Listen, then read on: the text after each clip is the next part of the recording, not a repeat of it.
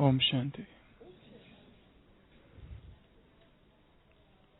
Italy का एक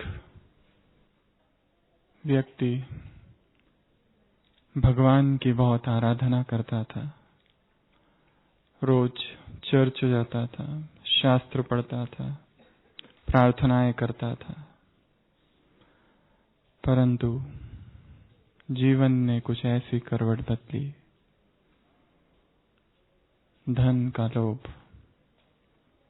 सत्ता, संसार का आकर्षण, संबंधों में लगाव उस व्यक्ति को धीरे धीरे भगवान से बहुत दूर ले गया। और जो कि पहले बहुत गरीब था, अब एक धनवान व्यक्ति बन गया। इतना धनवान कि जिसके पास सब कुछ था, परंतु एक चीज से वो रिक्त हो चुका था, ईश्वरीय प्रेम जो उसके हृदय में कभी था। वर्णन है कि एक बार वो अपनी कार से कहीं जा रहा था और अचानक कार का एक्सीडेंट हो जाता है, दुर्घटना। और उस दुर्घटना में उसे थोड़ी बहुत खरोच लगती है, ज्यादा नहीं। वो कार में ही बैठा है, चोट लगी हुई है, दुर्घटना हुई है, एम्बुलेंस अभी थोड़ी देर में आने वाली है। उस बीच कार का जो खाना होता है वो खुला हुआ हो जाता है और उसमें एक पुराना उसी का धर्म ग्रंथ बाइबल रखी होती है। और अचानक उसकी नजर उस पर पड़ती है, जिसे वो कभी रोज पढ़ता था, जिस पर वो कभी रोज मनन करता था, जिसकी प्रार्थनाएं वो रोज करता था। कभी अभी कई वर्षों से सब कुछ छूट चुका था और अचानक वो किताब उसे दिखती है और वो किताब उठाता है। उसके हाथ में वो किताब आती है और बीच से खोलता है और अचानक एक वाक्य वो पढ़ता है, We brought nothing into this world and we carry nothing out of this world. इस संसार में हम कुछ भी लेकर नहीं आए और हम कुछ भी लेकर नहीं जाते। और यकायक उसका सारा जीवन उसकी आंखों के सामने घूमने लगता है कि मैं क्या था, मैं कैसा था, कहाँ वो प्रभु प्रेम, कैसा वो पुरुषार्थ, कैसा वो ईश्वरीय जीवन, और अब मैं कहाँ खो गया, अब मैं कहाँ भटक गया, ये कैसा जीवन है। सब कुछ उसकी आंखों के सामने घूमने लगता है और मैंने क्या पाया और मैं क्या लेकर जाऊंगा। We brought nothing into this world and we go out with nothing. फिर बचा क्या? इस धन को कमाने में न मालूम कैसे सूक्ष्म पापों को मुझे करना पड़ा, कितनों को दुख देना पड़ा। और एक नई स्मृति, एक नवचेतना फिर से हृदय में जागृत होती है। एक गहरा अनुभव कि यदि मैं मर गया होता तो क्या होता।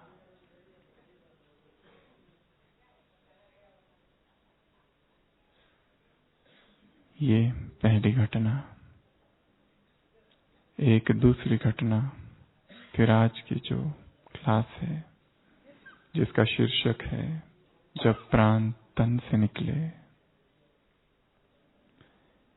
एक व्यक्ति ऐसा ही अंधेरी रात में भटक जाता है किसी जंगल में। घटाटोप अंधकार, कुछ भी दिखाई नहीं दे रहा। जंगल का सन्नाटा, जंगली जानवरों का भय, और वो तेजी से चला जा रहा है, परंतु दिख कुछ भी नहीं रहा है। और अचानक उसका पैर फिसलता है और उसने सुना है इसी जंगल में कोई ऐसी एक खाई है जिसमें अगर कोई गिर जाए तो आज तक वो बचा नहीं। और पैर फिसलता है और एकदम से चिल्लाता है कि बचाओ। परंतु उसी समय एक पेड़ की डाली उसके हाथ में आ जाती है और उस डाली को वो पकड़ लेता है। रात सर्द है, धड़कन बढ़ी हुई है, मृत्यु सम्मुख है। अब गिरा तब गिरा, तेजी से पकड़ता है, पर कितना पकड़े, अगर थोड़ी सी भी गलती, थोड़ा सा भी हाथ ढीला हो जाए तो मृत्यु। रात भर पकड़ के रहता है, कुछ पता नहीं, कुछ दिखाई नहीं दे रहा, पता नहीं नीचे खाई कैसी होगी। जीवन दिखाई देने लगता है। क्या मैंने किया, क्या मैंने पाया। कब रहा होता है भयभीत। ऐसा अनुभव जीवन में कभी नहीं हुआ था। मृत्यु को इतनी समीपता से कभी नहीं देखा था। असंख्य लोगों की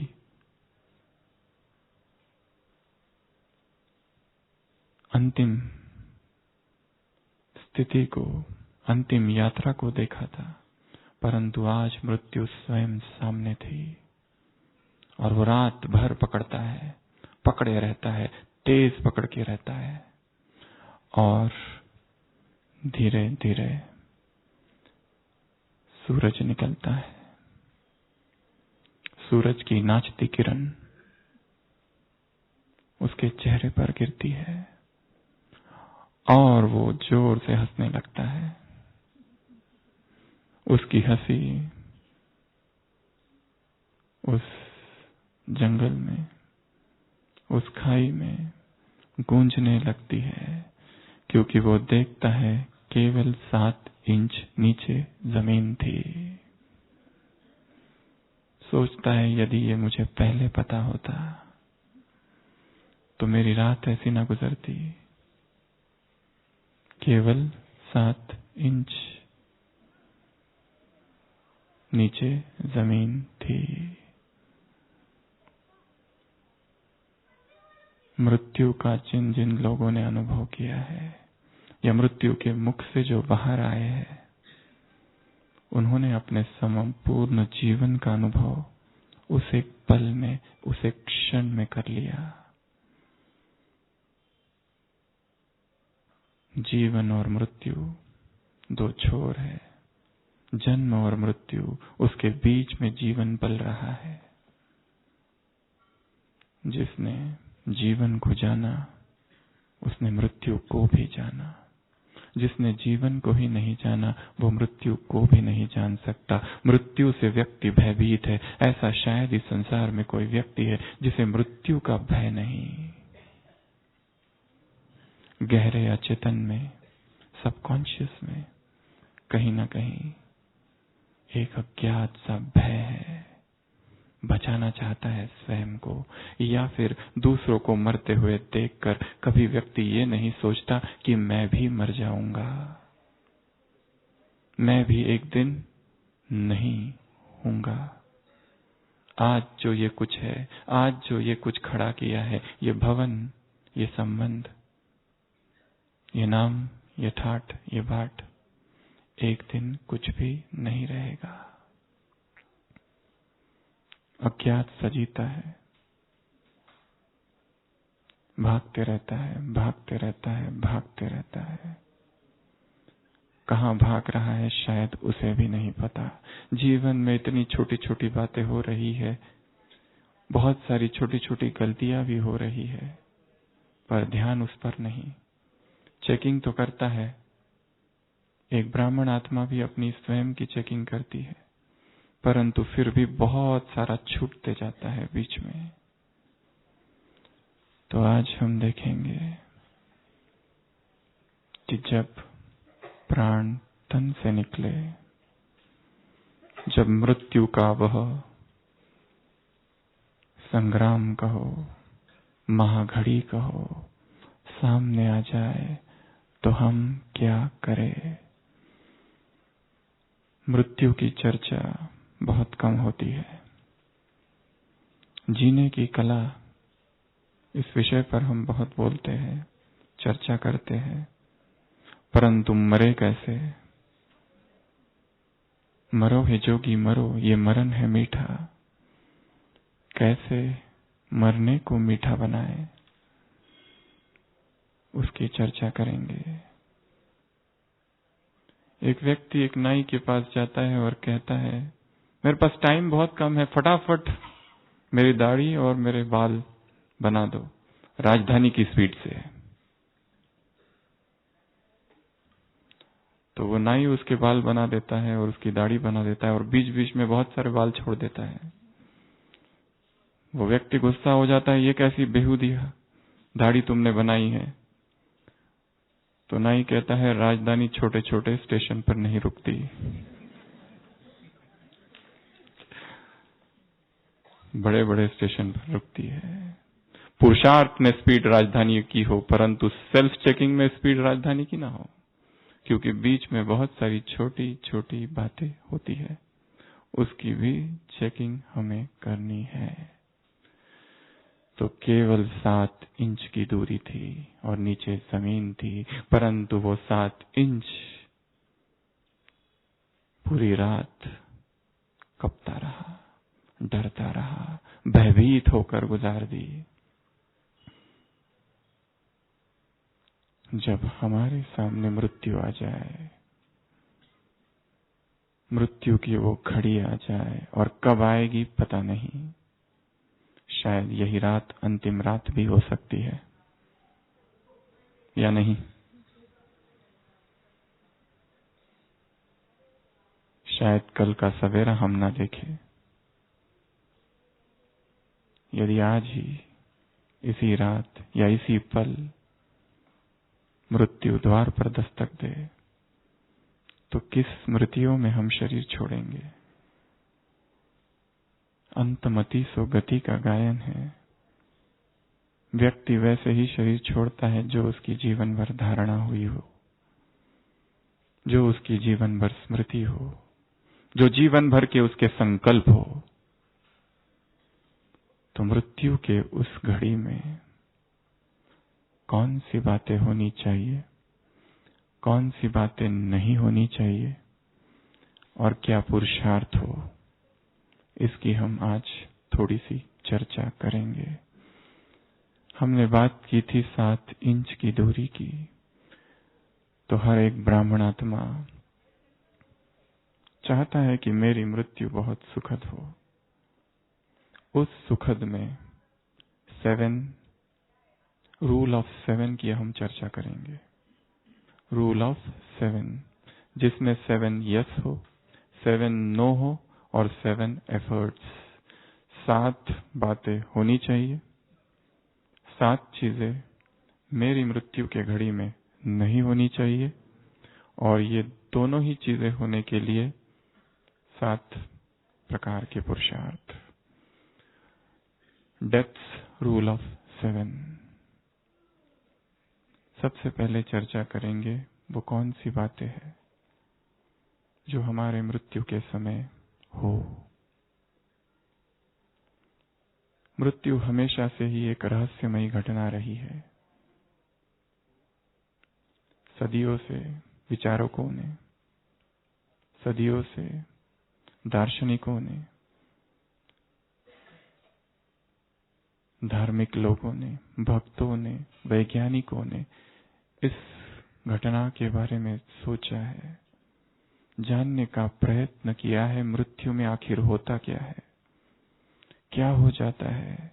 जो अब तक व्यक्ति जीवित था, अब तक बोल रहा था, अब नहीं बोल रहा। शरीर तो वही है, होठ तो वही है, आंखें तो अभी भी है, परंतु देख नहीं रहा है, बोल नहीं रहा है, कोई हलचल नहीं है। What is this? क्या रहस्य है? असंख्य थैनेटोलॉजी, बहुत सारी फिलॉसफीज मृत्यु के इर्द गिर्द संसार में है। सभी मृत्यु को स्टडी करती है।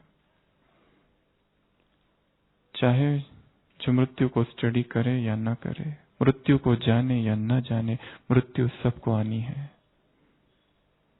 और डेथ अल्टीमेट ट्रुथ है जीवन का। संसार ने ऐसा कहा है। ऐसा कोई नहीं जो इस संसार में आया जो सदैव रहेगा। भीष्म की चर्चा है इच्छा मृत्यु के वरदान की, परंतु शास्त्रों की बातें हैं।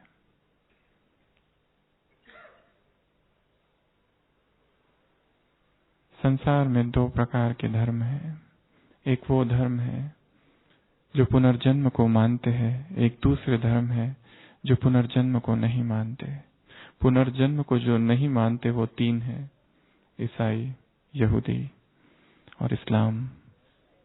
पुनर्जन्म को मानने वाले हिंदू, बौद्ध, जैन।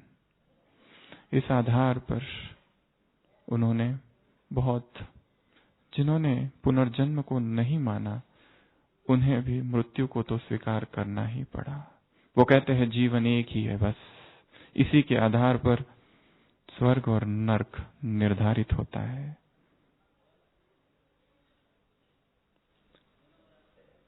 हम देखते हैं हमारी आंखों के सामने बचपन से अब तक कितनी आत्माओं ने शरीर छोड़ दिया। जिनसे हमें बहुत प्यार था उन्होंने, जिनसे हमारा कोई लेना देना नहीं था उन्होंने। हमने मृत्यु को किसी ने बहुत समीपता से देखा है, किसी ने बहुत दूर से। किसी ने आंखों के सामने मरते हुए आत्माओं को देखा है निर्दयता से। किसी ने स्वजनों की मृत्यु को देखा है, आंखों के सामने अपने स्वजनों की हत्या देखी है। सिख राइट्स 84 लोग अनुभव सुनाते हैं, क्या क्या हुआ था उस समय, क्या क्या बातें थी, कैसी कैसी वो घटनाएं थी, कितना दर्दनाक वो दृश्य था।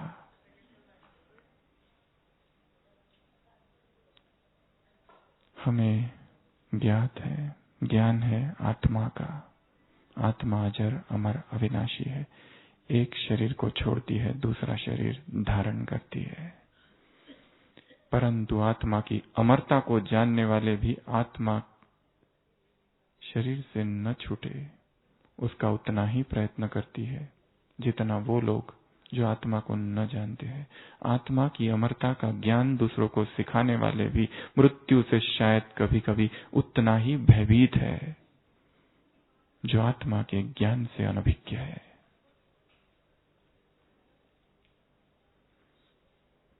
क्यों है ये डर, क्यों है ये भय, क्यों दुख होता है मृत्यु से? चिंतनीय विषय है। तो हम सभी बाबा के बच्चे। बाबा ने हमें जीने की कला तो सिखाई है, परंतु मृत्यु की कला भी सिखाई है। 18 जनवरी 1969 ब्रह्मा बाबा व्यक्त हुए। 7 संदेश आए। 7 संदेश आने के बाद बाबा से एक प्रश्न पूछा गया, आप अव्यक्त वाणी की किताब से पढ़ सकते हैं। प्रश्न पूछा गया बाबा से, बाबा बाहर का सीन तो हम सब जानते हैं, परंतु आपके अंदर क्या सीन हो रहा था वो हमें बताइए। बाबा ने कहा, अच्छा बताता हूं, सुनो। जब ब्रह्मा बाबा अपना अनुभव सुना रहे, बाबा ने कहा, जब मैं शरीर छोड़ रहा था, रात का समय था, मेरे मन में एक सबसे पहला 2 अनुभव बताए बाबा ने। पहला अनुभव था, एक द्वंद्व युद्ध चल रहा था, मल्ल युद्ध चल रहा था और मैं साक्षी होकर देख रहा था। 2 फोर्सेस, 2 शक्ति आपस में लड़ रही थी, एक योग बल, एक दूसरा कर्म भोग, और दोनों में बहुत जबरदस्त लड़ाई हो रही थी। परंतु मैं इन दोनों शक्तियों को ऐसे देख रहा था जैसे दो पहलवान एक अखाड़े में लड़ाई कर रहे हैं और मैं दोनों को साक्षी होकर देख रहा हूं। और थोड़ी देर के बाद योग बल की शक्ति बहुत ज्यादा बढ़ गई और फिर कर्मभोग की शक्ति कम होने लगी। मुझे ऐसा अनुभव हुआ कि मेरे सारे कर्मभोग एक सेकंड में चुकते हो गए और कर्मभोग की शक्ति निर्बल हो गई और कर्म योग की विजय हुई। ये मेरा पहला अनुभव। दूसरे अनुभव में 3 बातें मैंने अनुभव की। ब्रह्मा बाबा अपना अनुभव सुना रहे हैं। बाकी का बाहर का सीन तो सबको पता है, जिसकी सब जगह चर्चा होती है, कैसे बाबा ने अपनी सारी शक्तियां दादी को दे दी। नयन दीक्षा, स्पर्श दीक्षा, मंत्र दीक्षा, 3 प्रकार की दीक्षा की चर्चा शास्त्रों में है। गुरु या कोई आध्यात्मिक व्यक्तित्व जिसके पास अनंत शक्तियां है, वो नयनों से शक्तियां दे देता है। नयन दीक्षा स्पर्श से देता है या मंत्र से देता है। शक्तिपात, ये सीन तो सबने देखा, पर एक सीन अंदर चल रहा था जो बाबा ने खुद वर्णन किया। 3 बातें उसमें थी। सबसे पहली, मैं बाबा से बात कर रहा था कि बाबा हम आपके पास आ रहे हैं। बाबा हम आपके पास आ रहे हैं। दूसरा, शरीर छोड़ते समय ब्रह्मा बाबा की अवस्था। सभी बच्चों के प्रति शुद्ध स्नेह था, शुद्ध मोह था। ये संकल्प नहीं था, मोह की रगे नहीं थी। ये संकल्प नहीं था कि मैं छुट्टी लेकर नहीं जा रहा, परंतु ये संकल्प था सभी बच्चों के प्रति स्नेह है। और तीसरा, सबसे महत्वपूर्ण, बाबा ने कहा, मैं अनुभव कर रहा था आत्मा शरीर के एक एक अंगों को छोड़ती जा रही है। आत्मा शरीर के एक एक अंगों को छोड़ती जा रही है। भा भा सन्नाटा हो रहा था, जैसे अब हो गया। तो सभी अलर्ट होके बैठेंगे और अपने ही देह की मृत्यु का अनुभव करेंगे, क्योंकि अभी सन्नाटा हो गया है। तो इस डेड साइलेंस में अपनी ही मृत्यु को देखना है, क्या अनुभव होता है। तो चले,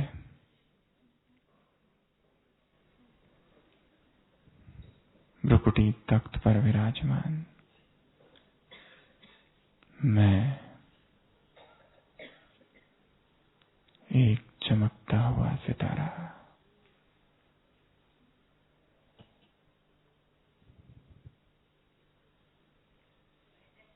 मुझ आत्मा से संपूर्ण शरीर में शक्तियां फैल रही है।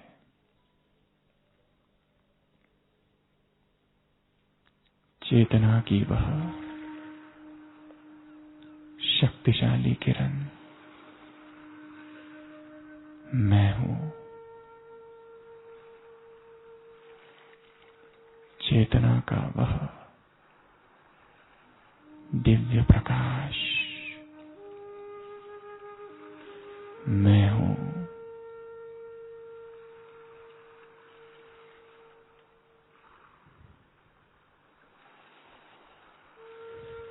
पांच तत्वों का बना यह शरीर, यही छोड़ मैं आत्मा अब इस तन से बाहर निकलती हूं।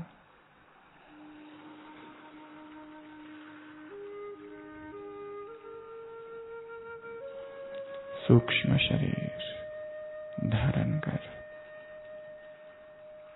ऊपर से अपने ही देह को देख रही हूं। आत्मा का शरीर से निकल जाना ही मृत्यु है।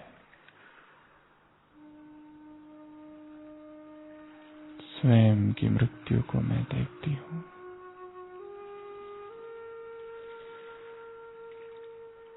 शरीर निश्चेष्ट जमीन पर लिटा दिया गया है।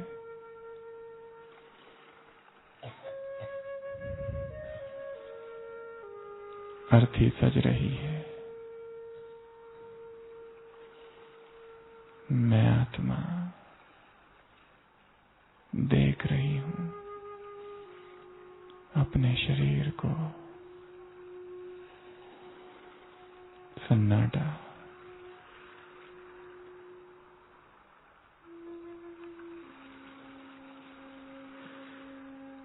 मरघट का वह दृश्य, शमशान घाट,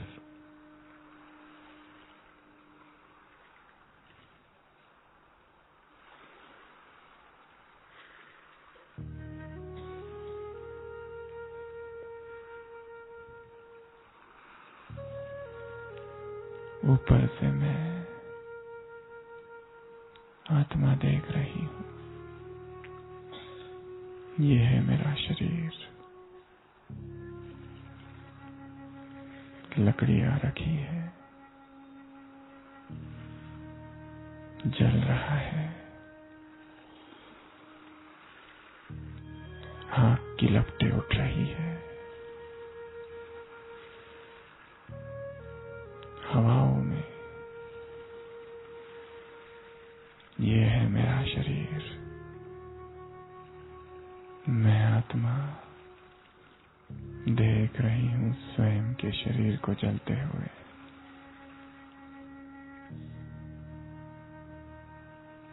और शरीर के साथ ही शरीर की इच्छाएं जल रही है। शरीर के भोग, शरीर की वस्तुएं, शरीर के धर्म, शरीर की भाषा से लगाव, शरीर के स्थान से लगाव, देह के संस्कार।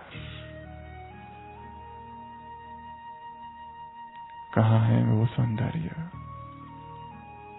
कहाँ है वो देह का अभिमान, वो अहंकार, वो मेरा घमंड? कहाँ है वो सौंदर्य? धधकती आग की लपटें उठ रही है।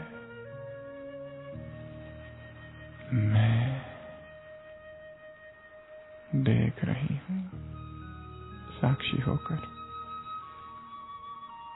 क्या यही वो देह है जिसकी इतनी अकड़ थी? सब कुछ गारत हो रहा है स्वयं की आंखों से। इस देह को देखती हूं। क्यों ये लगाव इस देह से? क्यों ये जीवेशना? क्या है इसमें जो मिटने वाला है, जिसकी तृष्णाएं कभी नहीं मिटती? वह नश्वर चल रहा है और मैं इससे अलग हूं। डिटैच।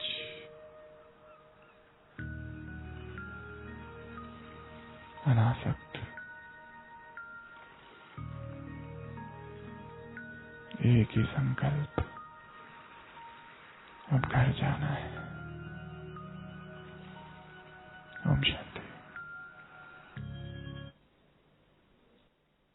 तो देखा सबने? सबसे पहली बात 7 यस में मरने के लिए जो 7 चीजें होनी चाहिए। होश। यदि मैं मरूं, यदि मेरी मृत्यु हो तो संपूर्ण होश में हो, जागरण की अवस्था में। बेहोशी में नहीं मरना है, होश में मरना है। और होश में केवल वही मर सकता है जो जीवन होश में जिया है, जागरण में, माइंडफुलनेस में, अवेयरनेस में मर रहा है। परंतु उसे खुद पता है मैं मर रहा हूं, उसे खुद पता है कि अभी आत्मा देह से वापस निकलने वाली है। इस प्रतीति को, इस अनुभूति को कहा जाता है होश में मरना। मनुष्यों की आदत है बेहोश होकर मरने की, पुरानी आदत है। होश में एक सूफी संत था, मरने का समय जब नजदीक आया तो अपनी चप्पल लेकर भागने लगा। शिष्यों ने कहा, कहां भागते हो? उसने कहा, मैं किसी पर निर्भर नहीं रहना चाहता। मनुष्यों की एक बुरी आदत है मरने के बाद दूसरों के कंधों पर जाने की। इस आदत को मैं तोड़ना चाहता हूं। मैं किसी के कंधों पर नहीं जाऊंगा। जीवन स्वतंत्र जिया हूं, जीवन निराधार होकर जिया हूं, जीवन किसी की गुलामी स्वीकार नहीं की। No emotional slavery, no bondage, no chains, no cage. कोई पिंजड़ा नहीं, कोई जंजीरें नहीं। मरते समय भी किसी पर निर्भर नहीं रहूंगा। वो जाता है, फावड़ा लेता है और भागता है मरघट पर, और एक गड्ढा खोदता है, फावड़ा बाहर, अंदर लेट जाता है और मर जाता है। मेरी कब्र भी दूसरा ना खोदे, मैं खुद ही खोदूंगा। और संपूर्ण होश में पता है कि मैं शरीर से निकल रहा हूं। तो ऐसे होश के लिए लंबा समय होश में जीना पड़ेगा। ज़ेन धर्म इसको कहता है माइंडफुलनेस। हर चीज होश में करना। चल रहे हो, पता हो मैं चल रहा हूं। खा रहे हो, मैं खा रहा हूं। सुन रहे हो, मैं सो रहा हूं। व्यक्ति यहां रहता है, मन कहीं और भटकता है। क्लास में अभी यहां बैठे हैं, परंतु तैयारी कल की चालू है। ट्रेन कितने बजे है, सामान क्या क्या लेना है, किस किस से मिलना है। होश में नहीं है यहां पर जी रहा है भविष्य में, है यहां जी रहा है अतीत में। होश में जीना अर्थात वर्तमान में जीना।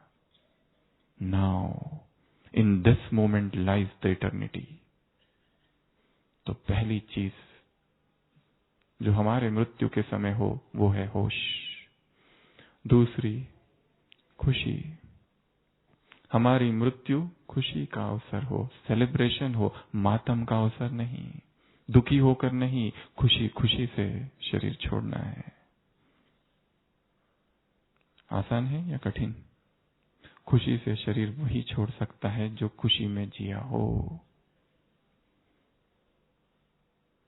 जो दुख में जिया है, दर्द में जिया है, पीड़ा में जिया है, वो क्या खुशी में शरीर छोड़ सकता है?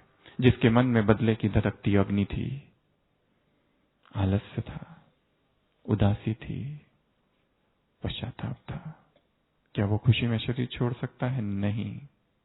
खुशी में वही शरीर छोड़ता है जिसका जीवन सेलिब्रेशन था, उत्सव था, एक म्यूजिक था, एक संगीत था, एक गीत था। जिसने जीवन में गीत गाया वो अंत में भी गीत गाते हुए शरीर छोड़ेगा। चीन में बहुत प्रसिद्ध कहानी है 3 लाफिंग सेंट्स की, आपने सुनी होगी, बहुत प्रसिद्ध है। 3 लोग ऐसे थे, जिस भी गांव में जाते थे लोगों को बहुत हंसाते थे। उनका नाम तो लोग भूल ही गए। उनको कहने ही लगे 3 हंसते हुए संत। जहां भी जाते थे हमेशा हंसते रहते थे, हंसते रहते थे, हंसते रहते थे। और एक हंसना चालू करता था, धीरे धीरे पूरा गांव उनके साथ हंसने लगता था। 3 लाफिंग सेंट्स। एक बार उनमें से एक की मृत्यु हो जाती है, और जिसकी मृत्यु होती है उसने अपनी मृत्यु का भी इतना सुंदर आयोजन किया होता है कि वो कहता है, मैं जब मरूंगा मेरे कपड़े नहीं निकालना, कपड़ों के साथ मुझे जलाना होगा। तो लोगों को समझ में नहीं आता, क्योंकि इतना प्यारा व्यक्ति था तो उसकी बात सभी मानते, परंतु बहुत उसको अर्थी सचती है, लेके जाया जाता है और शमशान घाट पर एकदम सभी उदास। और उसको जलाया जाता है, और जैसे ही आग लगती है अचानक फटाके फूटने लगते हैं, क्योंकि उस व्यक्ति ने अपने शर्ट के अंदर फटाके छिपा के रखे थे। और जैसे ही फटाके फूटते हैं सब के सब हंसने लगते हैं। जिया भी हंसाते हुए, और मृत्यु के समय भी दूसरों को हंसाते हुए ही गया, विदा हुआ इस संसार से। तो हमारी मृत्यु ऐसी हो कि हम तो खुशी खुशी से विदा हो, पर जो दूसरे हैं वो भी ज्यादा दुख ना करे।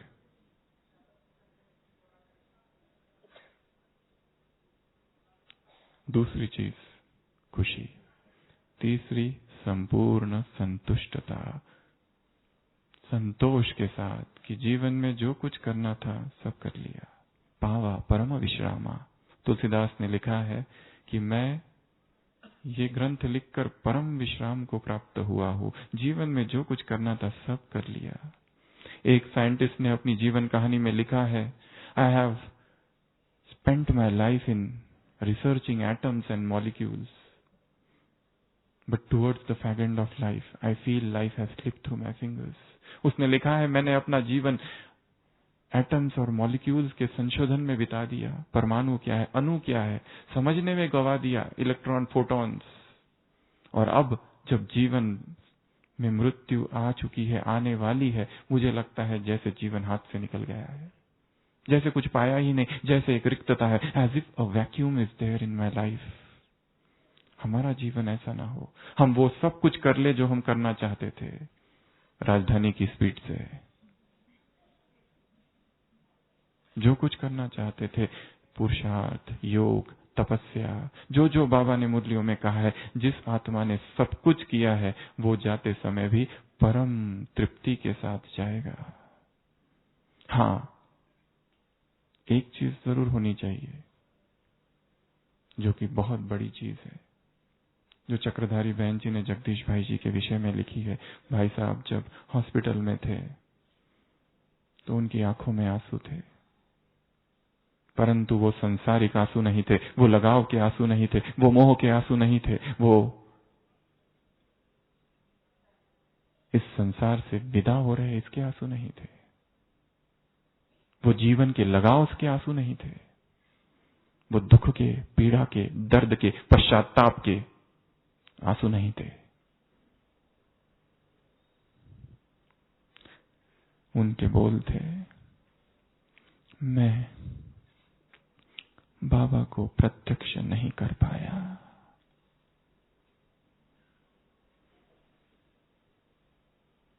जिसने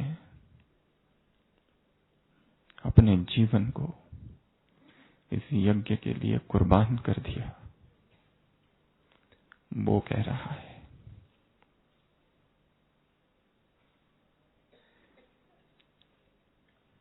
जिसने अपने यौवन को यज्ञ की वेदिका पर स्वाहा कर दिया,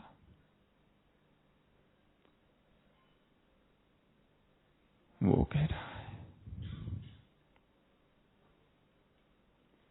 जिसने किसी की परवाह नहीं की, केवल यज्ञ की परवाह की, परमात्मा प्रेम के लिए सब कुछ न्यौछावर कर दिया, वो कह रहा है। अपना व्यक्तिगत समय भी सेवा में लगा दिया, वो कह रहा है। तो जब हम संसार से विदा हो, परम तृप्ति हो कि हमने वो भगवान के लिए सब कुछ कर लिया जो हमें करना था, कर सकते थे। हाँ, यदि ये भाव प्रकट हो जाए, डिवाइन डिस्कंटेंट, अहोभाग्य, दैवी असंतोष, परंतु इस भाव के लिए कैसा रग रग में वो परमात्मा प्रेम होना चाहिए, कैसा जीवन बिताया हुआ होना चाहिए, कैसी साधना, कैसी तपस्या, कैसा वैराग होना चाहिए। कुछ नहीं चाहिए संसार का, यहाँ के भोग, यहाँ का विलासितापूर्ण जीवन, यहाँ का नाम मान शान, सब कुछ निरर्थक, गौण हो, तब ये भाव प्रकट होगा।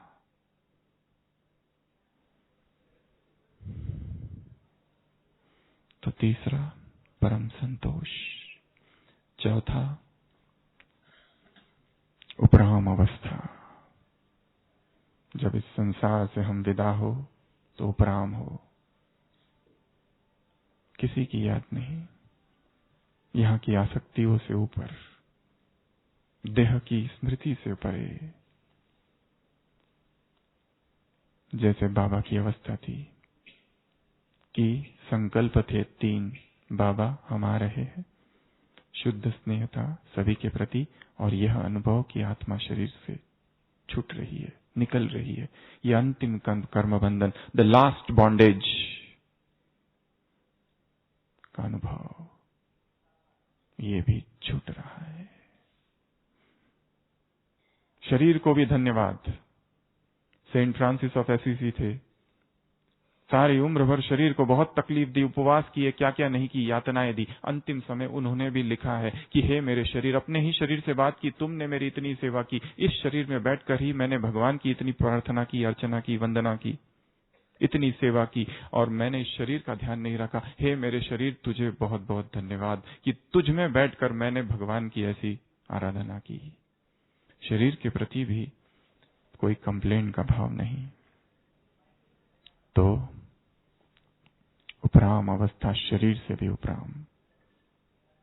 चौथी, अगला, निराकारी, निरंकारी, निर्विकारी स्थिति।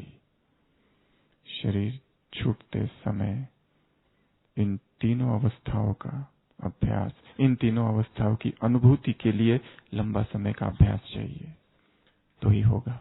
अचानक से यकायक आउट ऑफ द ब्लू निराकारी, निर्विकारी, निरंकारी की अवस्था नहीं आएगी।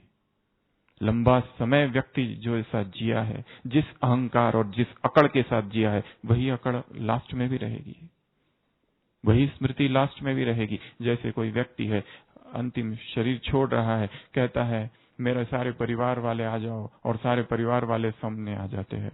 कहता है मेरा बड़ा बेटा कहाँ है? पत्नी कहती ये क्या रहा, तुम्हारा बड़ा बेटा सम्मुख है। मेरे बाकी 5 बेटे कहाँ है? ये सब है इर्द गिर्द, सब तुम्हारे साथ है, हम सब आपके साथ है। मेरी बेटियां कहाँ है? ये है।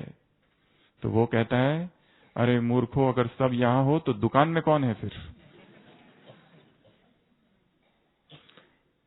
सारे जीवन भर दुकान ही बुद्धि में घूमता रहा, पैसे ही बुद्धि में घूमते रहे, अंत समय में भी दुकान ही घूमेगा। क्या हम सोच रहे हैं? तो फिर से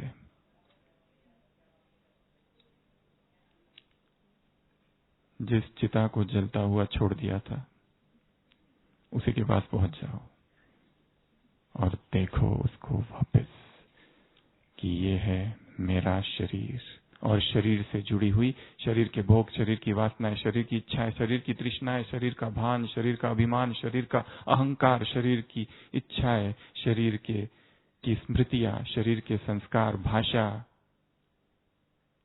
स्थान, धर्म, रिश्ते, सब कुछ विनाश हो रहा है। अपनी आंखों से देखना है। प्राण तन से निकले। अगला, एक बाबा की याद हो बस, और किसी देहधारी की याद नहीं, और कोई बुद्धि में नहीं, किसी से कोई लेना देना नहीं, सारे रिश्ते नाते सब एक तरफ, केवल एक की याद। ऐसी स्थिति में शरीर छोड़ना, और अंतिम 7th, एक ही संकल्प केवल जाते समय, अब घर जाना है, अब बाबा के पास जाना है। तो ऐसे ये 7 यस हो। सबसे पहले होश, खुशी, संतुष्टता, उपराम अवस्था, निराकारी, निर्विकारी, निरंकारी स्थिति, एक बाबा की याद, और अंतिम एक ही संकल्प केवल कि अब हमें घर वापस जाना है, बस। फिर ऐसे 7 नो, जो चीजें नहीं होनी चाहिए। पहला, नो अटैचमेंट, नष्टो मोहा स्मृति में, नष्टो मोहा स्थिति में शरीर छोड़ने का अभ्यास। इस देह से भी कोई आकर्षण नहीं, किसी भी व्यक्ति से मोह नहीं है, तो केवल प्रेम है। जैसे बाबा ने बताई थी 3 बातों में दूसरी बात, कोई भी बच्चा विशेष स्मृति में नहीं है, परंतु सबके प्रति स्नेह है। कोई रग नहीं है, ये भी संकल्प नहीं है कि बिना छुट्टी के जा रहा हूं। सबके प्रति। तो किस अवस्था में शरीर छोड़ना? No attachment. उसके लिए पुरुषार्थ चाहिए नो अटैचमेंट का, लंबे समय का। अगर यदि अभी किसी में हम अटके हुए हैं, किसी व्यक्ति में, और उसके बिना बेचैन होते हैं, तो वही याद आएगा। किसी संबंध में अटके हुए हैं और वो संबंध में दिन रात हलचल है, वो हलचल याद आएगी। किसी विकार में फंसे हुए हैं, वो विकार याद आएगा। किसी अतीत के भोगे हुए भोग की स्मृति अब भी है, वो स्मृति याद आएगी। कोई संस्कार जिससे छूटने का प्रयत्न तो कर रहे हैं परंतु छूटे नहीं है, वो संस्कार इमर्ज होगा नहीं तो। इसलिए नो अटैचमेंट पहला। दूसरा, नो कंप्लेंट्स। किसी के प्रति हमारे मन में कोई कंप्लेंट नहीं। हम तृप्ति से जा रहे हैं, कोई बदले का भाव नहीं, संपूर्ण होश में तृप्ति से। किसी के प्रति कोई कंप्लेंट नहीं, सब अच्छे हैं। कोई जिम्मेवार नहीं, तुम यहां ये ठीक नहीं, यहां वो ठीक नहीं। No complaints. तीसरा, नो रिपेंटेंस। ये सबसे महत्वपूर्ण है। कोई भी पश्चाताप नहीं। ये नहीं कि मैं अच्छा योग कर सकता था, नहीं किया, अवसर था। अच्छी तपस्या कर सकता था, अवसर था। कहां संसार की भागदौड़ में लगा रहा, जबकि समय था पुरुषार्थ का, जबकि समय था अपने अवगुणों को मिटाने का, अपनी कमजोरियों को मिटाने का। और मैं क्या करने में लगा रहा, जबकि समय था मौन का, जबकि समय था एकांत का। और मैं कहा संसार की भीड़ में संसार के लोगों की जैसे भागते रहा। समय था एकांत का और मैं कहां खोया था, आवाज में, शोरगुल में। वही कर रहा था जो संसार के लोग कर रहे थे। अंतर केवल व्हाइट ड्रेस था, बैच था। कर तो वही रहा था पर जो वो लोग कर रहे थे। नाम मात्र सेंटर जा रहा था, मुरली सुन रहा था, परंतु कर तो नहीं रहा था जो भगवान कह रहा था। जो पुरुषार्थ वो कह रहा था, क्या मैंने वो किया? रिपेंटेंस होगा, पश्चाताप होगा। संसार में रक्त की नदियां बहेगी, ब्राह्मण परिवार में, ब्राह्मण संसार में खून के आंसू की नदियां बहेगी। जिन्होंने भगवान को जाना, भगवान को पहचाना, भगवान के लिए अपना जीवन अर्पण किया, परंतु वो पवित्रता भी धारण की, परंतु वो दिव्यता उनके जीवन में नहीं आई। वो पुरुषार्थ नहीं किया, वो देह की आसक्ति को मिटाने का पुरुषार्थ नहीं किया, वो स्वयं को उपराम बनाने का पुरुषार्थ नहीं, एक की याद में स्थित होने का पुरुषार्थ नहीं किया, तो पश्चाताप के आंसू बहेंगे। क्या हम चाहेंगे कि हम पश्चाताप में मरे, तड़प तड़प के मरे, त्राही त्राही करते हुए मरे, बाबा बाबा करते हुए मरे? संसार में तो आवाज निकलेगी, बाबा बाबा बाबा। हमने नहीं जाना, क्या हम भी, जिन्होंने जाना, वो यही पश्चाताप करे? नहीं। No repentance. चौथा, नो सॉरो। कोई दुख नहीं, किसी भी बात का दुख नहीं। अगला, नो फियर। कोई भय नहीं कि मैं मर जाऊंगा, मेरे बच्चों का क्या होगा, पति का क्या होगा, परिवार का क्या होगा, सेंटर का क्या होगा, डिपार्टमेंट का क्या होगा, जो मुझ पर निर्भर है उनका क्या होगा।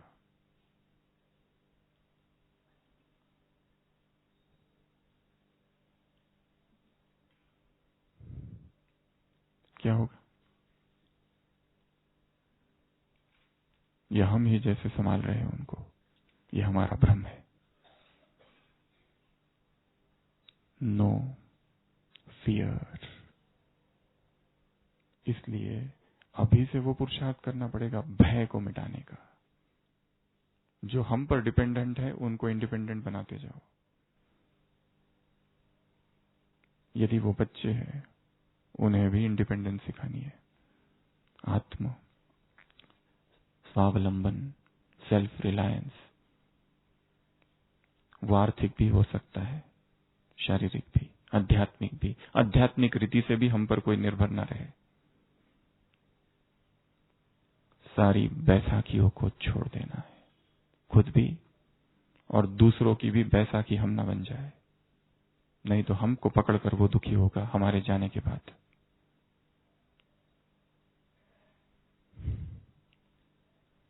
No fear, no pain. अगला, नो पेन। शरीर की में दर्द, कोई बीमारी है, असहाय बीमारी है, इतना दर्द उठ रहा है शरीर में, उस दर्द में हम शरीर ना छोड़े। योग की शक्ति इतनी जमा करनी है कि शरीर के दर्द को भी योग से कम कर देना है। दर्द होगा, बड़ी बड़ी बीमारी आएगी, असहनीय वेदनाएं शरीर में होगी। मुश्किल है उस समय आत्मा समझना, बाप को याद करना, परंतु इसका भी अभ्यास हो। जब शारीरिक पीड़ा हो, बीमारी की अवस्था हो, उस समय में भी हमारी योग की क्या स्थिति है, क्या अवस्था है। दादियों को हम देखते हैं, कितनी उपराम अवस्था, शरीर के दर्द से भी उपराम, नो पेन। और लास्ट, नो हॉस्पिटल। ये हमारे हाथ में नहीं है, परंतु ऐसी हमारी मृत्यु हो जैसे ब्रह्मा बाबा ने शरीर छोड़ा। No lines, no tubes, no drains, no ventilator, हमारे हाथ में नहीं है। हम कह रहे हैं, परंतु हमारा पुरुषार्थ ऐसा हो कि हम सहज शरीर छोड़े, जैसे सांप अपनी खाल को छोड़ता है, जैसे मक्खन से बाल। इतनी सहजता से हमारी मृत्यु दर्दनाक ना हो, पीड़ादायी ना हो। इतनी सहजता से हम देखते हैं, कई सारे मरीज ऐसे होते हैं, रात में सोते हैं घर में ही और सुबह उठते ही नहीं। एक 4-5 साल पहले मधुबन में एक माता आई थी मलेशिया से, और यहां पर अचानक शांति स्तंभ के पास ही उसे कुछ हो गया। हॉस्पिटल में लेके आए और उसने शरीर छोड़ दिया। बाद में हमने पता किया, वो घर से निकलते समय ये संकल्प करके गई थी, मैं मधुबन में शरीर छोड़ूंगी, वापस नहीं आऊं। अपने बेटे को कह गई थी, मैं मधुबन जा रही हूं, वापस नहीं आऊंगी। परंतु मृत्यु का स्थान, समय, कारण हमारे हाथ में तो नहीं है। कोई सोचे कि हम यहीं रहते हैं, चाहे कि हमारी यहीं हो जाए मृत्यु, पर ये हमारे हाथ में नहीं है। परंतु मन की स्थिति हमारे हाथ में है। स्थूल मधुबन हमारे हाथ में नहीं है, परंतु मधुबन केवल भौगोलिक परिभाषा नहीं है, जियोग्राफिकल डेफिनेशन नहीं है मधुबन की। हर वो स्थान जहां बाबा है वो मधुबन है। हर वो मन जहां पर मुरली गूंजती है वो मधुबन है। हर वो मन जहां पर पवित्रता है वो मधुबन है। हर वो मन जहां पर 4 धाम है और व्यक्ति आत्मा उस धाम की यात्रा मन ही मन कर रही है, वो मधुबन है। हर वो स्थान जहां पर भगवान आते हैं मन के अंदर, वो मधुबन है। तो ये सातों चीजें नहीं होनी चाहिए। No sorrow, no pain, no complaint, no hospital. Last, optional, no, पहला बताया था अटैचमेंट, ये सबसे महत्वपूर्ण है। नो फियर, कोई भय नहीं, खुशी खुशी से जा रहे, निर्भय होकर जा रहे। एक व्यक्ति था, बहुत सुंदर मूर्तिकार था, यूनान की कहानी है। इतनी सुंदर मूर्ति बनाता था कि जब वो मूर्ति बना दिया किसी की, अगर उस व्यक्ति को भी सामने रख दिया जाए तो पहचानना मुश्किल हो जाता, सही कौन, असली कौन सा है, नकली कौन सा है। ऐसी मूर्ति बनाता था। जब मृत्यु समीप आई, उसको लगा क्यों ना मैं मृत्यु को धोखा दे दूं, तो उसने अपने ही जैसी ऐसी 11 मूर्तियां बनाई कि जब मौत का फरिश्ता आएगा तो कंफ्यूज हो जाएगा कि किसको ले जाऊं। तो उसकी मृत्यु की घड़ी नजदीक आई तो 11 मूर्तियां रखी थी और एक जगह वो जाके खड़ा हो गया। तो वो मौत का फरिश्ता आता है, कंफ्यूज हो जाता है किसको ले जाऊं, क्योंकि 12 के 12 लोग स्वयं दिख रहे हैं। तो दिखाया है, काल्पनिक कहानी है। भगवान के पास जाता है, कहता है क्या करूं, ये तो बहुत चालाक निकला, समझ में नहीं आ रहा है सही कौन है नकली कौन है। भगवान उसके कान में एक सूत्र बोलते हैं, तो वो फरिश्ता नीचे आता है और फिर वहां आके कहता है कितनी सुंदर मूर्तियां है, परंतु एक भूल हो गई है। तो वो व्यक्ति कहता है कौन सी भूल? बोलता है यही भूल, स्वयं को तुम भूले नहीं, यही भूल। अभी भी मैं है, मैं और भूल, मेरी मूर्ति में और भूल, यही भूल। चलो अब तो ये चीजें नहीं होनी चाहिए। 7 चीजें होनी चाहिए। समय कम है, खाली नंबर गिनाएंगे हम आपको। सबसे पहली चीज, ये सारा होने के लिए पुरुषार्थ क्या करना है? अब सबसे पहला, अचानक, एवर रेडी और बहुत काल का पुरुषार्थ। एक दिन में नहीं होगा, बहुत काल का पुरुषार्थ और अचानक होगा। अब आपको हम एक होमवर्क दे रहे हैं, अचानक क्या क्या हो सकता है उसकी एक लिस्ट बनानी है कल। अचानक क्या क्या हो सकता है? मेरी मृत्यु, स्वजनों की मृत्यु, मेरी बीमारी, स्वजनों की बीमारी, और इन अवस्थाओं में मैं स्थिर कैसे, कितना रह पाऊंगा?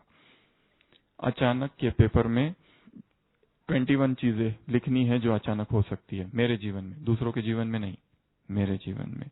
अचानक कुछ भी क्या क्या हो सकता है उसकी एक लिस्ट बनाओ, और फिर सोचो कि अगर ये हो जाए तो क्या मैं स्थिर रहूंगा। फर्स्ट, अचानक, एवर रेडी और क्या? बहुत काल का अभ्यास। ये पहली बात है जो करनी है पुरुषार्थ के रूप में, इन 14 चीजें होने के लिए। दूसरा है, हर घड़ी अंतिम घड़ी है।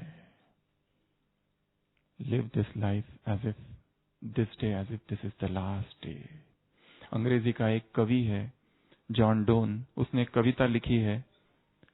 उसने लिखा है कि इंग्लैंड में बहुत पहले एक प्रथा थी कि जब भी कोई मरता था तो चर्च की घंटियां बजती थी। तो उसने अपनी कविता में लिखा है कि जब भी सुनो कोई मरा है, ये ना पूछो कौन मरा है, सोचो मैं ही मरा हूं। इट टॉल्स फॉर धी, डोंट आस्क फॉर हुम इट टॉल्स फॉर धी। ये नहीं पूछो कौन जा रहा है। अगर किसी की अर्थी जा रही है तो ये नहीं पूछो कौन जा रहा है, किसकी अर्थी है, सोचो ये मेरी ही अर्थी जा रही है। इट टॉल्स फॉर धी, ये अभ्यास है। तो दूसरी चीज क्या बताई? हर घड़ी अंतिम घड़ी है। सोचो, सुबह हमें बाबा आके स्वप्न में बता दे कि बच्चे 6 बजे शाम को तुम शरीर छोड़ने वाले हो। तो सोचो हम कैसे वो दिन बिताएंगे। क्योंकि रात में हमने सोचा है उसने मेरे साथ ऐसा किया था, मैं उसको कल देखूंगा, आने दो डिपार्टमेंट में, ये सोच के रखा था, और सुबह सुबह स्वप्न में ये आ गया, तो कैसे हम बिताएंगे? हमारे पास कुछ ही समय है, बस शाम को जाने वाले हैं, क्या करेंगे? अच्छा होमवर्क है ये, सोचो थोड़ा इसके विषय में कि हम क्या क्या करेंगे यदि हम रात को ही विदा हो रहे हैं संसार से। क्या दुश्मनी रखेंगे? क्या किसी से झगड़ा करेंगे? क्या बदले का भाव रखेंगे? क्या किसी ने हमारे साथ बहुत बुरा किया और उसके प्रति हम बुरा सोचेंगे? जो भी जिसने किया छोड़ो ना, अब जाना ही तो है, यही सोचेंगे ना। तो दूसरा है हर घड़ी अंतिम घड़ी। तीसरा, मरजीवा जन्म, मरजीवा बनने का पुरुषार्थ करना है। डाइंग अलाइव, जीते जी मरना, मरो है जोगी मरो, ये मरण है मीठा। अपना संस्कार पहले ही कर देना। सन्यासी लोग अपना संस्कार पहले ही कर देते ताकि वो रिश्तेदार ना आ जाए संस्कार करने। जीते जी मरना अर्थात देह की वासनाओं से मर जाना, संसार के आकर्षण से मर जाना। ये जो डिजिटल वर्ल्ड का विस्तार है और जिसमें सारे संसार डूब गया है, उससे मर जाना। डिजिटल वर्ल्ड केवल ब्राह्मणों के लिए सेवार्थ है, बस समय व्यर्थ गंवाने के लिए नहीं।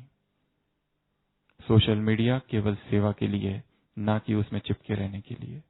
और संगम का अमूल्य समय हम बिता दिए व्यर्थ गंवाने के लिए, इसके लिए नहीं है वो। तो अंतिम घड़ी दूसरा, और तीसरा बताया मरजीवा जन्म, जीते जी मरने का अभ्यास। अगला, वैराग, संसार से वैराग बढ़ाना है। वैराग की चर्चा बहुत कम है, वैराग का चिंतन भी बहुत कम है। यदि हम यज्ञ के गीत देखें, ऐसे हम देखते हैं कितने कम गीत है जो वैराग पर है।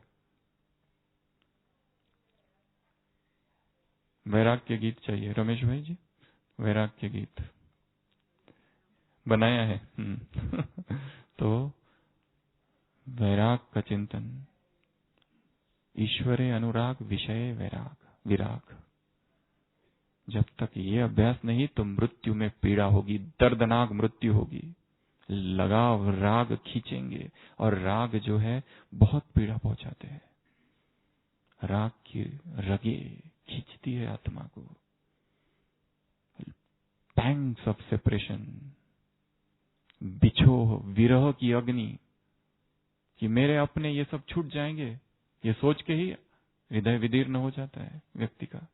या फिर मेरा ये इतना प्यारा व्यक्ति जा रहा है, मेरा बेटा, मेरी पत्नी, मेरा पति, मेरा दोस्त, मेरे साथी, मेरे संबंधी, मेरी माँ, मेरे पिता, बहुत पीड़ा होती है। दूसरों को तो बहुत अच्छा कोर्स कराते हैं, आत्मा अमर है, अविनाशी है, पर स्वजन जब जाते हैं तो आंखें आंसुओं से भर जाती है। तो ऐसा क्यों? शायद योग की धूप से आंसुओं की टंकी को अभी भी सुखाया नहीं है। अव्यक्त महावाक्य बाबा के। वैराग।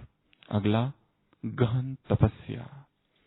किसकी? आत्माभिमानी स्थिति की। आज सुबह की मुरली, बाप आए हैं तुम्हें आत्माभिमानी रहने का रहस्य बताने। शायद हमने सुनते हुए भी नहीं सुना।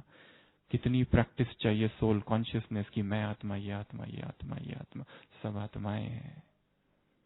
दिन रात यदि देह का चिंतन, दिन रात यदि देह की बीमारी का चिंतन, दिन रात यदि केवल देह देह देह ही बुद्धि में गुंज रहा है, इस देह को स्वास्थ्य रखना अच्छी बात है, परंतु हेल्थ के लिए ओवर कॉन्शियस हो जाना भी देहभान है। संभाल रखने को कहा है बाबा ने, उसमें डूबने के लिए नहीं कहा है। बैलेंस रखने को कहा है। दिन रात क्या खाना है, ये चिंतन करने के लिए नहीं कहा है।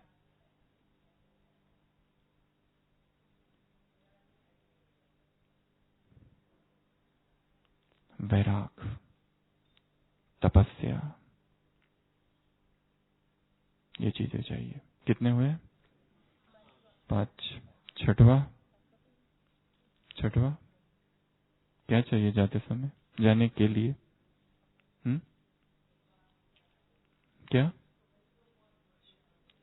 नष्ट मोह तो बोल दिया, नो अटैचमेंट में आ गया वो। हाँ, सारे हिसाब किताब चुकतू। कोई भी नया हिसाब किताब नहीं बनाना है, जो है वही बहुत ज्यादा है। किसी को अभी नया भाई मत बना देना, नई बहन मत बना देना। विशेष है तो सभी, पर तुम थोड़े ज्यादा विशेष हो। विशेष टोली तुम्हारे लिए और विशेष राखी तुम्हारे लिए। भाई को भाई ही रहने दो और बहन को बहन ही। विशेष बहन और विशेष भाई नहीं बना देना, या किसी को मम्मी नहीं बना देना, या काका मामा नहीं बना देना इस परिवार के अंदर, या दोस्त ही नहीं बना देना। विशेष दोस्त, साथ साथ घूमना, साथ साथ खेलना, साथ साथ सब कुछ करना, ये भी लगाव है। तो हिसाब किताब चुकतू करने हैं, ना कि नए बनाने। 6th और लास्ट, फिर क्लास को पूरा करेंगे। लास्ट कौन सी बात आप बताएं? क्या? बाबा से अटूट प्यार, बोलते जाओ। अशरीरी अवस्था, वो हो गया आत्माभिमानी में। और न्यारे प्यारे, और बाबा का हाथ साथ, और मुख में प्रभु का नाम, और उधर से आवाज आ रही है, और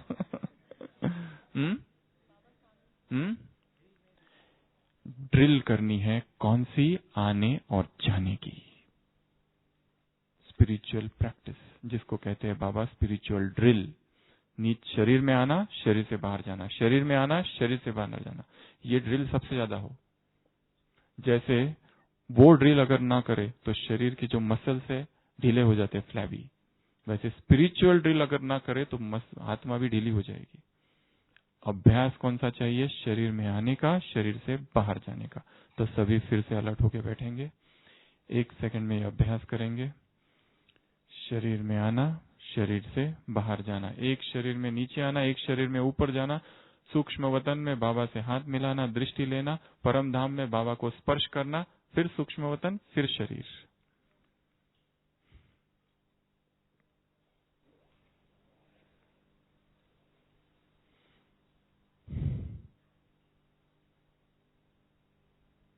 मैं आत्मा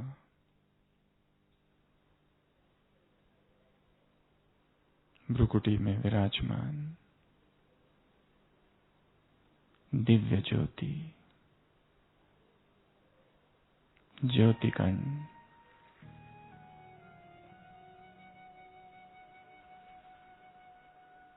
उपराम नष्टो मोह स्मृति स्वरूप, सारे हिसाब किताब चुकतू, परम आनंद, बाबा की याद, आत्माभिमानी स्थिति,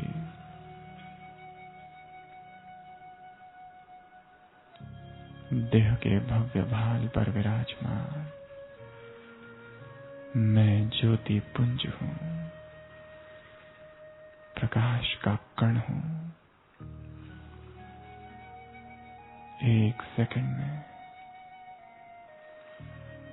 देह को यही छोड़ पहुंच गई सूक्ष्म वतन में। अव्यक्त बाप दादा की दृष्टि मुझ पर, बाबा मुझे देख रहे। सूक्ष्म देह को यही छोड़ मैं आत्मा पहुंच गई परम धाम। Dead silence, sweet silence. Baba को स्पर्श किया, महाज्योति से शक्ति आली, वापस नीचे सूक्ष्म वतन में, फिर बाबा से दृष्टि, वापस इस तन में, वापस ऊपर सूक्ष्म वतन में, बाबा से दृष्टि, और ऊपर परम धाम में बाबा को टच किया, शक्ति आली। सूक्ष्म वतन में बाबा की दृष्टि, वापस इस स्थूल तन में। ओम शांति।